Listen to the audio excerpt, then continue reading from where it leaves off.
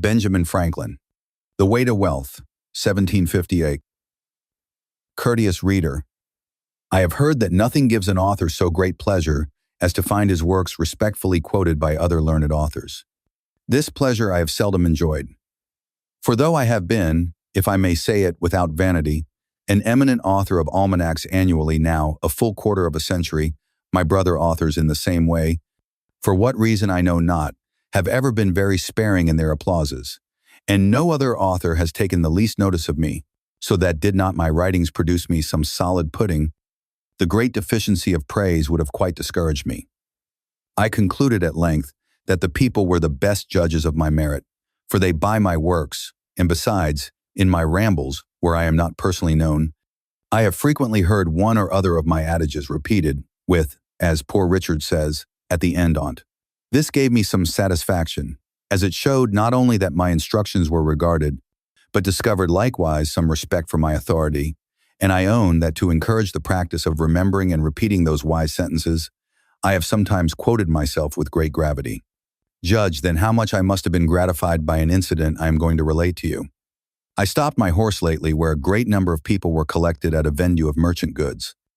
The hour of sale not being come, they were conversing on the badness of the times, and one of the company called to a plain, clean old man with white locks, Pray, Father Abraham, what think you of the times? Won't these heavy taxes quite ruin the country?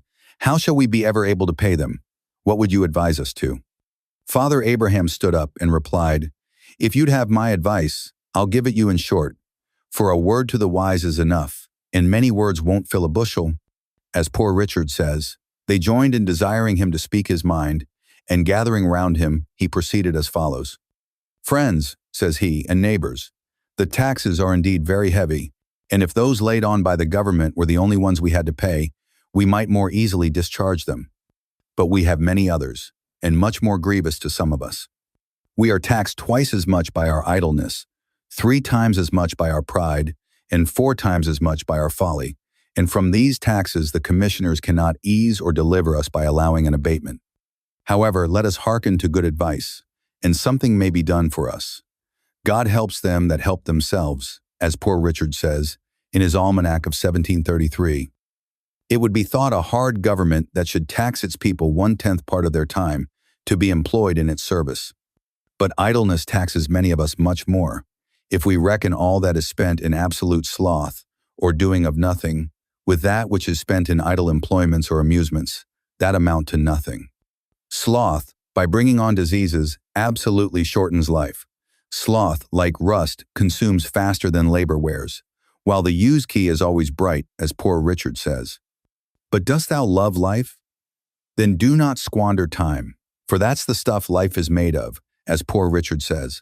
How much more than is necessary do we spend in sleep, forgetting that the sleeping fox catches no poultry, and that there will be sleeping enough in the grave, as Poor Richard says.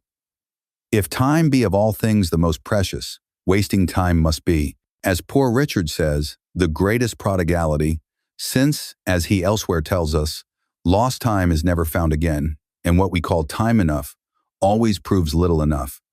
Let us then be up and be doing, and doing to the purpose. So by diligence shall we do more with less perplexity. Sloth makes all things difficult, but industry all easy, as Poor Richard says, and he that riseth late must trot all day, and shall scarce overtake his business at night. While laziness travels so slowly that poverty soon overtakes him, as we read in Poor Richard, who adds, Drive thy business, let not that drive thee. And early to bed, and early to rise, makes a man healthy, wealthy, and wise. So what signifies wishing and hoping for better times? We may make these times better if we bestir ourselves. Industry need not wish, as Poor Richard says, and he that lives upon hope will die fasting. There are no gains without pains, then help hands, for I have no lands, or if I have, they are smartly taxed. And, as Poor Richard likewise observes, he that hath a trade hath an estate, and he that hath a calling hath an office of profit and honor. But then the trade must be worked at, and the calling well followed, or neither the estate nor the office will enable us to pay our taxes. If we are industrious, we shall never starve.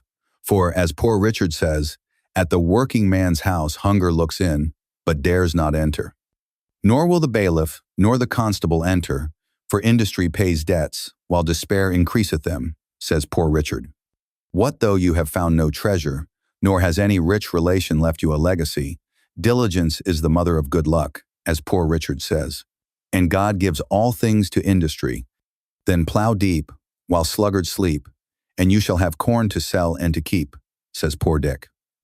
Work while it is called today, for you know not how much you may be hindered tomorrow, which makes Poor Richard say, one today is worth two tomorrows, and farther, have you somewhat to do tomorrow, do it today. If you were a servant, would you not be ashamed that a good master should catch you idle? Are you then your own master? Be ashamed to catch yourself idle? As Poor Dick says, when there is so much to be done for yourself, your family, your country, and your gracious king, be up by peep of day. Let not the sun look down and say, inglorious here he lies.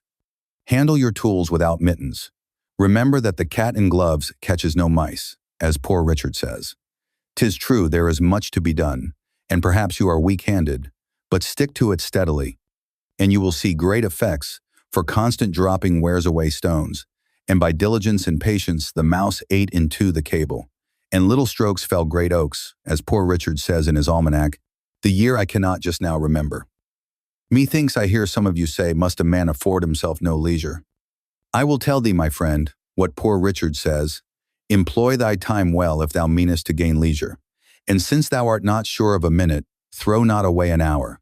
Leisure is time for doing something useful. This leisure the diligent man will obtain, but the lazy man never. So that, as Poor Richard says, a life of leisure and a life of laziness are two things. Do you imagine that sloth will afford you more comfort than labor? No, for as Poor Richard says, trouble springs from idleness, and grievous toil from needless ease. Many without labor would live by their wits only, but they break for want of stock. Whereas industry gives comfort and plenty and respect, fly pleasures, and they'll follow you. The diligent spinner has a large shift, and now I have a sheep and a cow, everybody bids me good morrow, all which is well said by Poor Richard. But with our industry, we must likewise be steady, settled, and careful, and oversee our own affairs with our own eyes, and not trust too much to others. For, as Poor Richard says, I never saw an oft-removed tree, nor yet an oft-removed family, that throve so well as those that settled be. And again, 3 removes is as bad as a fire. And again, keep the shop, and thy shop will keep thee. And again, if you would have your business done, go. If not, send. And again, he that by the plow would thrive, himself must either hold or drive. And again, the eye of a master will do more work than both his hands. And again, want of care does us more damage than want of knowledge. And again, not to oversee workmen is to leave them your purse open. Trusting too much to others' care is the ruin of many. For as the almanac says, in the affairs of this world men are saved not by faith, but by the want of it. But a man's own care is profitable, for saith Poor Dick, learning is to the studious, and riches to the careful, as well as power to the bold, and heaven to the virtuous. And farther, if you would have a faithful servant, and one that you like, serve yourself. And again, he adviseth to circumspection and care, even in the smallest matters, because sometimes a little neglect may breed great mischief, adding, for one of a nail the shoe was lost, for one of a shoe the horse was lost, and for one of a horse the rider was lost, being overtaken and slain by the enemy, all for want of care about a horseshoe nail. So much for industry, my friends, and attention to one's own business. But to these we must add frugality, if we would make our industry more certainly successful. A man may, if he knows not how to save as he gets, keep his nose all his life to the grindstone, and die not worth a groat at last. A fat kitchen makes a lean will, as Poor Richard says, and many estates are spent in the getting, since women for tea forsook spinning and knitting, and men for punch forsook hewing and splitting. If you would be wealthy, says he, in another almanac, think of saving as well as of getting. The Indies have not made Spain rich, because her outgoes are greater than her incomes. Away then with your expensive follies, and you will not have so much cause to complain of hard times, heavy taxes, and chargeable families. For, as Poor Dick says, women and wine, game and deceit, make the wealth small and the wants great. And farther, what maintains one vice would bring up two children. You may think perhaps that a little tea or a little punch now and then, diet a little more costly, clothes a little finer, and a little entertainment now and then can be no great matter. But remember what Poor Richard says, many a little makes a mickle, and farther, beware of little expenses. A small leak will sink a great ship, and again, who dainties love, shall beggars prove, and moreover, fools make feasts, and wise men eat them. Here you are all got together at this vendue of fineries and knickknacks. You call them goods, but if you do not take care, they will prove evils to some of you. You expect they will be sold cheap, and perhaps they may for less than they cost. But if you have no occasion for them, they must be dear to you. Remember what Poor Richard says, buy what thou hast no need of, and ere long thou shalt sell thy necessaries. And again, at a great pennyworth, pause a while. He means that perhaps the cheapness is apparent only and not real, or the bargain, by straightening thee in thy business, may do thee more harm than good. For in another place he says, many have been ruined by buying good pennyworths. Again, Poor Richard says, 'tis foolish to lay our money in a purchase of repentance, and yet this folly is practiced every day at venues, for want of minding the almanac. Wise men, as poor Dick says, learn by others' harms, fools scarcely by their own, but felix quem faciunt aliena pericula caudam. Many a one, for the sake of finery on the back, have gone with a hungry belly and half-starved their families. Silks and satins, scarlet and velvets, as Poor Richard says, put out the kitchen fire. These are not the necessaries of life. They can scarcely be called the conveniencies, and yet only because they look pretty, how many want to have them? The artificial wants of mankind thus become more numerous than the natural. And, as Poor Dick says, for one poor person, there are 100 indigent. By these and other extravagancies, the genteel are reduced to poverty and forced to borrow of those whom they formerly despised, but who through industry and frugality have maintained their standing, in which case it appears plainly that a plowman on his legs is higher than a gentleman on his knees, as Poor Richard says. Perhaps they have had a small estate left them, which they knew not the getting of. They think 'tis day, and will never be night. That a little to be spent out of so much is not worth minding. A child and a fool, as Poor Richard says, imagine 20 shillings in 20 years can never be spent. But, always taking out of the meal tub and never putting in, soon comes to the bottom. Then, as Poor Dick says, when the well's dry, they know the worth of water. But this they might have known before, if they had taken his advice. If you would know the value of money, go and try to borrow some. For, he that goes a-borrowing, goes a-sorrowing, and indeed so does he that lends to such people, when he goes to get it in again. Poor Dick farther advises, and says, fond pride of dress is sure a very curse. Ere fancy you consult your purse. And again, pride is as loud a beggar as want, and a great deal more saucy. When you have bought one fine thing, you must buy 10 more, that your appearance may be all of a piece. But Poor Dick says, 'tis easier to suppress the first desire than to satisfy all that follow it. And 'tis as truly folly for the poor to ape the rich, as for the frog to swell, in order to equal the ox. Great estates may venture more, but little boats should keep near shore. 'Tis, however, a folly soon punished, for pride that dines on vanity sups on contempt, as Poor Richard says. And in another place, pride breakfasted with plenty, dined with poverty, and supped with infamy. And after all, of what use is this pride of appearance, for which so much is risked, so much is suffered? It cannot promote health, or ease pain. It makes no increase of merit in the person. It creates envy. It hastens misfortune. What is a butterfly? At best, he's but a caterpillar dressed. The gaudy fop's his picture, just as Poor Richard says. But what madness must it be to run in debt for these superfluities? We are offered, by the terms of this vendue, 6 months' credit, and that perhaps has induced some of us to attend it, because we cannot spare the ready money and hope now to be fine without it.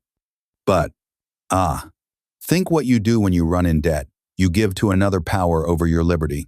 If you cannot pay at the time, you will be ashamed to see your creditor. You will be in fear when you speak to him. You will make poor, pitiful, sneaking excuses, and by degrees come to lose your veracity and sink into base, downright lying. For, as Poor Richard says, the second vice is lying, the first is running in debt. And again, to the same purpose, lying rides upon debt's back. Whereas a free-born Englishman ought not to be ashamed or afraid to see or speak to any man living. But poverty often deprives a man of all spirit and virtue. 'Tis hard for an empty bag to stand upright, as Poor Richard truly says. What would you think of that prince, or that government, who should issue an edict forbidding you to dress like a gentleman or a gentlewoman on pain of imprisonment or servitude? Would you not say that you are free, have a right to dress as you please, and that such an edict would be a breach of your privileges, and such a government tyrannical? And yet you are about to put yourself under that tyranny when you run in debt for such dress. Your creditor has authority at his pleasure to deprive you of your liberty by confining you in gaol for life, or to sell you for a servant if you should not be able to pay him. When you have got your bargain, you may perhaps think little of payment. But creditors, Poor Richard tells us, have better memories than debtors, and in another place says, creditors are a superstitious sect, great observers of set days and times. The day comes round before you are aware, and the demand is made before you are prepared to satisfy it. Or if you bear your debt in mind, the term which at first seems so long will, as it lessens, appear extremely short. Time will seem to have added wings to his heels as well as shoulders. Those have a short Lent, saith Poor Richard, who owe money to be paid at Easter. Then since, as he says, the borrower is a slave to the lender, and the debtor to the creditor, disdain the chain, preserve your freedom, and maintain your independency. Be industrious and free, be frugal and free. At present, perhaps, you may think yourself in thriving circumstances, and that you can bear a little extravagance without injury.